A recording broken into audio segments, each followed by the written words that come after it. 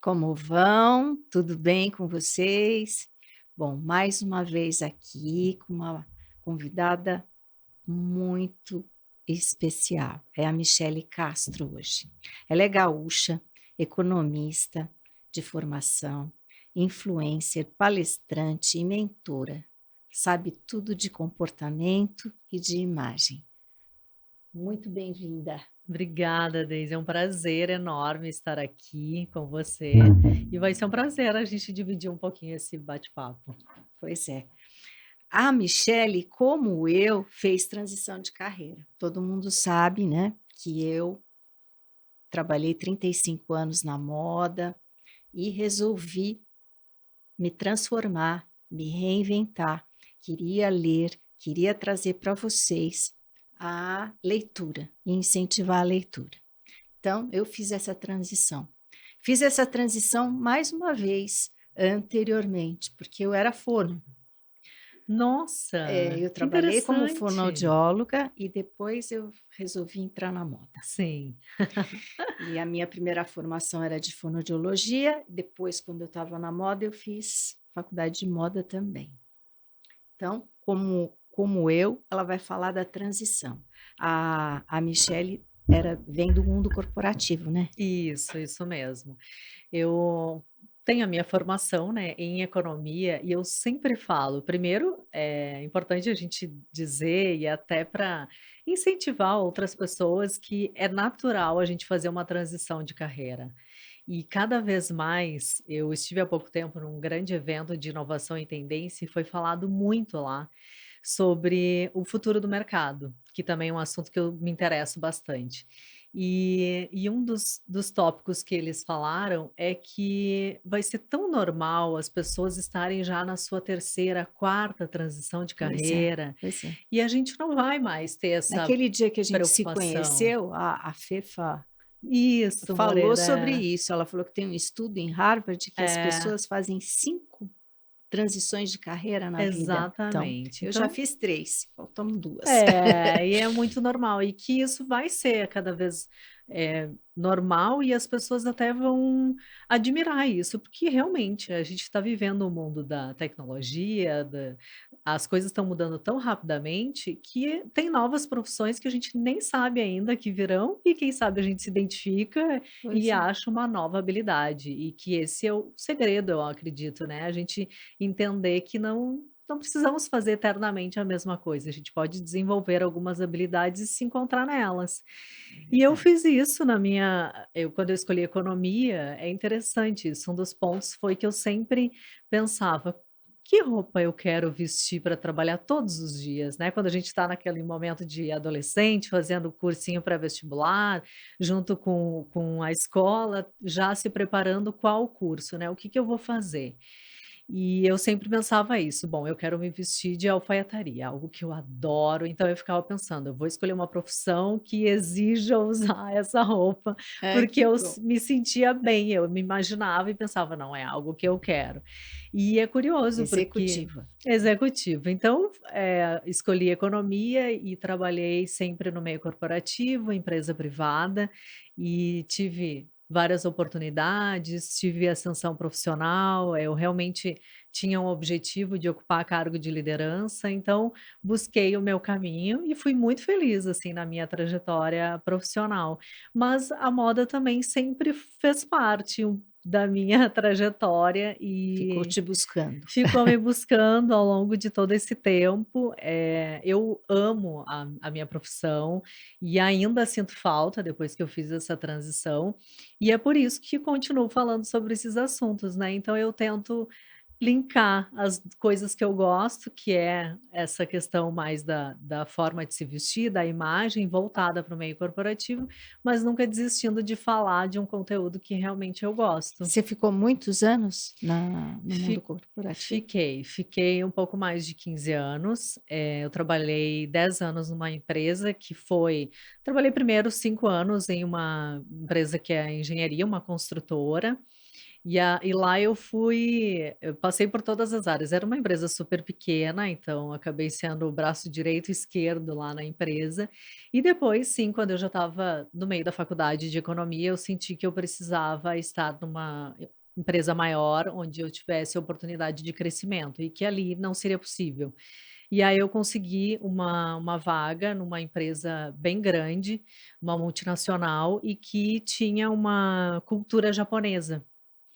E foi nessa empresa que eu realmente fiquei 10 anos e me desenvolvi completamente. Ali, a leitura foi essencial no meu desenvolvimento, Ah, porque além da minha faculdade, eu precisei me inserir tão forte na cultura e também como eu vislumbrava a posição de liderança, eu sabia que eu teria que correr atrás, né, me qualificar cada vez mais e tentar entender onde estava o caminho para ter essa conquista. e a coragem para a transição, porque é largar para começar do Nossa, zero. Deise, essa realmente, assim, é um desafio, né, a gente é tão gostoso ficar no confortável, né, é Pois é. bom, a gente fica lá, Eu sabe lembro que que o meu marido falava: "Mas você tem certeza? Você sai é, todo dia, volta todo dia". E exatamente. eu fiz assim, a minha transição durou 1 ano. Eu chamei todos os funcionários, falei que eu vou estar fora daqui 1 ano, mas todo mundo vai ficar comigo até o fim, hein, nós vamos apagar a luz juntos. Exatamente. E consegui encaminhar todo mundo, e eu tinha certeza que eu precisava desse tempo para mim. Então, mas É eu isso. sinto falta às vezes eu sinto, porque, aquele dia a dia é diferente É, hoje, né. Aquela necessidade da venda, daquele produto novo, daquela exatamente. criação, hoje já não tem. Então eu passo pelas ruas, fico pensando: "Puxa, eu podia ter feito aquilo, aquilo eu ia ficar um pouquinho diferente, aquela gola eu não gostei, eu É. ia fazer uma outra", mas enfim, estou feliz na minha transição. Eu também, e eu sempre motivo as pessoas quando vem esse desconforto, né, porque é um desconforto, a gente não entende muito bem o que está acontecendo, mas sabe que precisa mudar. E a dica que eu sempre dou é: faça isso, repense sobre isso, quando surgir esse sentimento, porque é muito ruim quando a gente fica infeliz em algum lugar, porque isso se torna uma infelicidade. Quando você sente um desconforto, é um alerta para repensar. Ué, que é o que você fez. Levou 1 ano, eu também levei mais ou menos 1 ano para sair, porque tem primeiro aquele sentimento, então eu fui tentar entender: o "Que está acontecendo? Será que eu não estou mais feliz aqui?". Então eu fui buscar ajuda e isso levou mais ou menos uns 3 meses.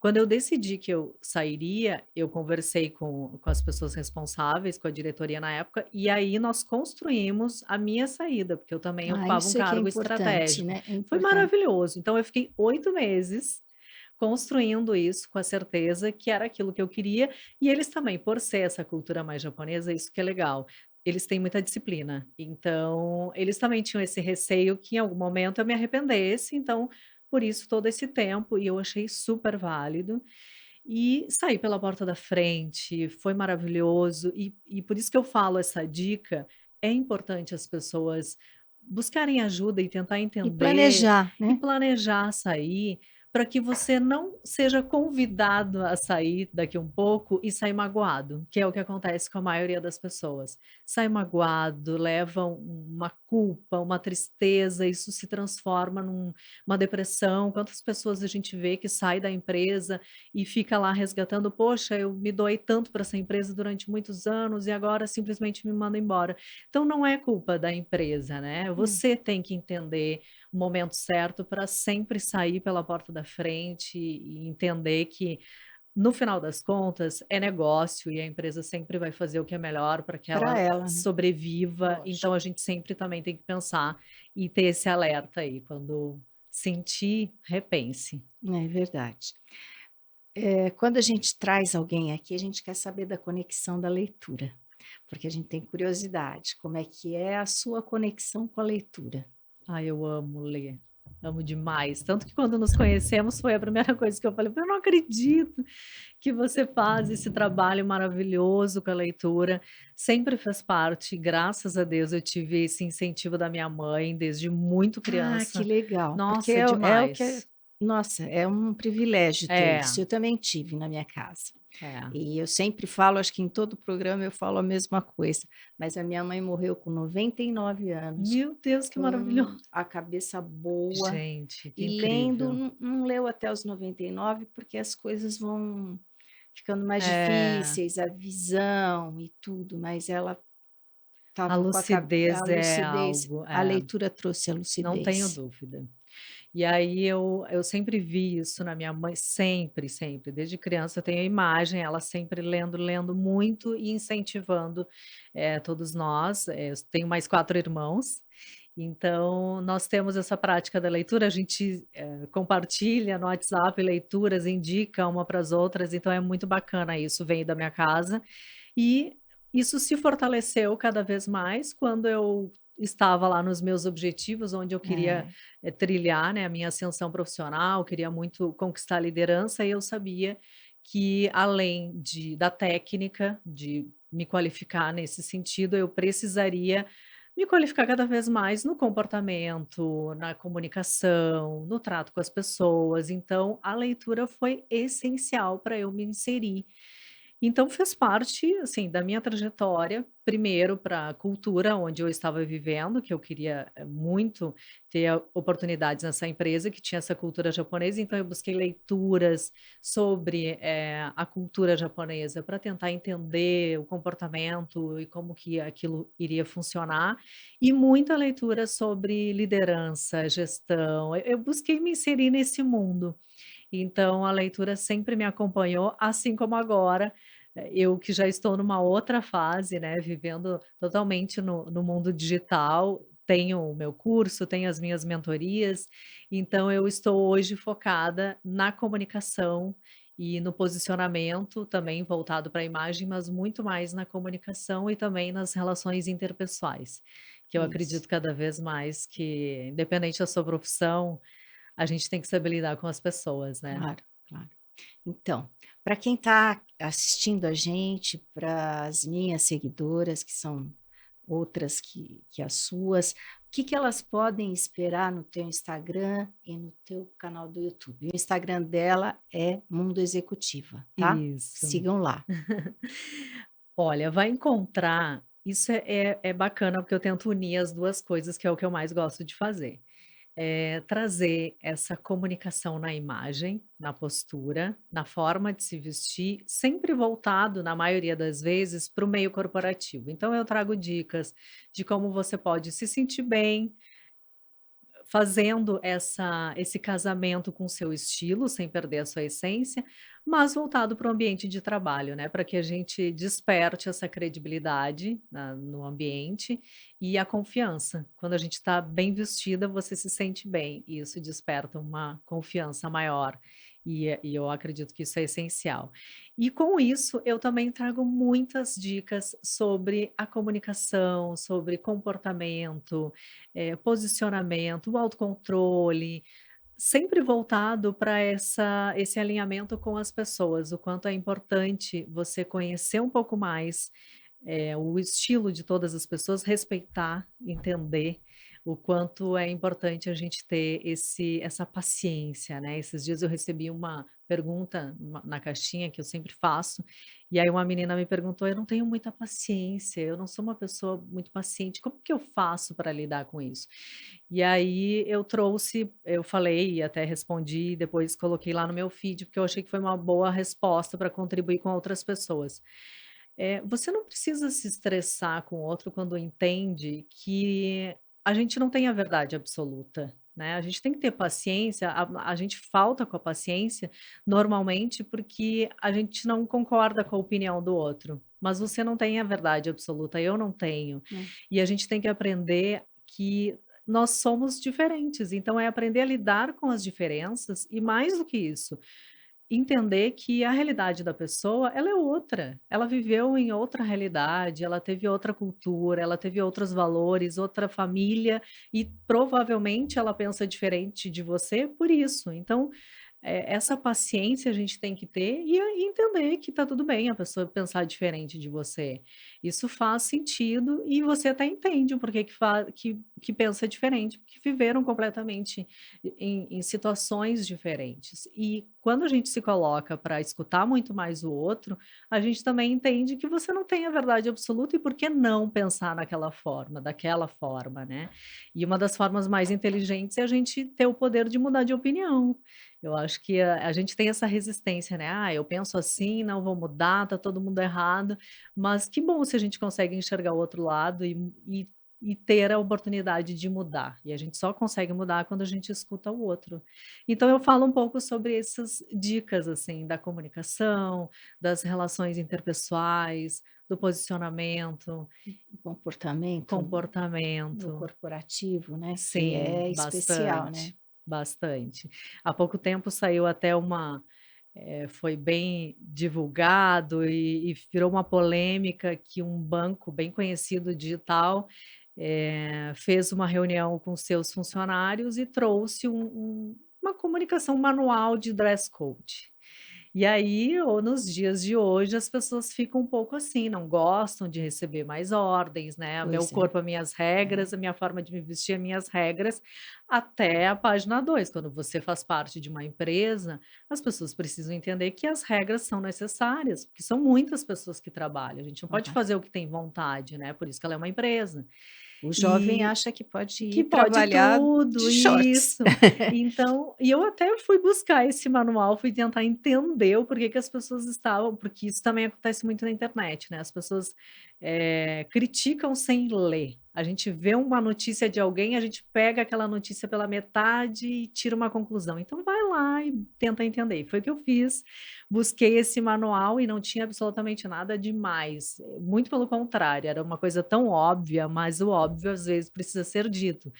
E se eles estão pedindo isso, é porque está acontecendo o contrário. Por exemplo, eles estavam pedindo para a pessoa estar, de banho tomado, com o cabelo penteado, com a Limpinho. barba feita, com as unhas cortadas, não eram nem pintadas, o sapato o mais adequado possível, em condições, era mais ou menos isso, que não precisasse estar rasgado, algo assim.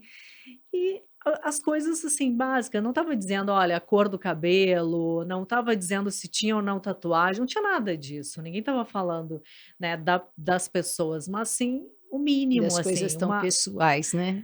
que é o É o básico, que a básico. gente parte do princípio, mas olha só como o home office trouxe isso, né, as pessoas às vezes acham que trabalhar de pijama tá tudo bem, É, e não é não assim, tá. né. Então, eu acho que isso é interessante, eu levei também lá para o meu Instagram, trouxe um pouquinho para a gente discutir sobre isso e dar esse alerta, né, a convivência com as pessoas traz isso, a gente tem que respeitar o outro, né. É claro, claro, claro. O que que você dá de dica para quem quer ter um guarda-roupa bem compacto, mas que vai trazer tudo isso aí que você falou, vai trazer essa apresentação, eh, que a empresa pretende para as pessoas que estão envolvidas. O que que você acha que é um guarda-roupa bem pequeno, compacto, mas que tem tudo o que a gente precisa? Bem coringa, né, que eu É. costumo falar também, isso é ótimo. Olha, uma das peças que eu acho tem algumas peças, sim, básicas, não diria o guarda-roupa inteligente que a gente fala, que consegue transitar bem entre as peças. Uma delas, sem dúvida nenhuma, é a camisa tradicional, aquela camisa branca, off-white, um pouquinho mais alongada, eu sempre falo Quando eu isso. trabalhei na moda, eu tive uma época, porque eu tive loja, depois eu tive fazia para grandes marcas e eu fazia, então, malinha. E eu comecei com camisaria, que é o que eu adoro, adoro camisa. Eu amo também. Só que aí, mas precisa ter a camisa, precisa ter a calça, aí É, foi ficando comprida a coleção. exatamente. Mas eu adoro camisa, camisa é Camisa é um imprescindível. clássico, né, atemporal, e é para todos os estilos, para todos os tipos físicos, então eu acho que é um coringa mesmo, porque transita bem no ambiente de trabalho, no dia a dia, no final de semana, até na praia serve como uma saída de praia. Mas as mocinhas têm medo do ferro, né, na camisa. Exatamente, então, tudo tem, o Tem seu. ganhos e perdas, né, tem E que a gente passar. tem que saber, usar isso. Então a camisa, uma calça, eu falaria 2 modelos de calça, assim, para ter aquele guarda-roupa inteligente, uma calça preta, um estilo de alfaiataria, mas bem tradicional, sem muitos detalhes, uma calça jeans também, uma calça jeans, mais linha reta, sem muitos detalhes, porque entre elas a gente consegue usar a camisa branca de várias Nada de formas. rasgos, né. Nada de rasgo, isso mesmo. E quando eu falo da camisa, é porque é legal a gente colocar um pouquinho da nossa personalidade e estilo, que daí entra a terceira peça, os acessórios. Olha quantos looks você consegue montar, por exemplo, com uma calça preta, uma camisa branca. Ok, é um clássico? É, mas coloca o seu toque. Um colar alongado, outro dia você pode usar uma sobreposição, pode usar com colete, pode usar com uma até uma regata, eu ensino isso também, uma regata mais, estilo de colete, joga por cima dessa camisa, ela já fica super bonita, um colar mais justo ao pescoço, com a gola fechada, então tem N possibilidades, ou joga um blazer por cima, então tem várias formas da gente aproveitar essa camisa. Um blazer preto, eu acredito que também é o tradicional, mas vai com tudo e na dúvida você pode usar uma t-shirt básica, uma camisetinha, joga um blazer também, um acessório já fica bem vestida. E eu diria essas peças, assim, são bem essenciais para que a gente possa manter um guarda-roupa versátil. Você tem alguma dica de livro que uma executiva pode ler e ter esse tipo de comportamento adequado, trazer isso para ela?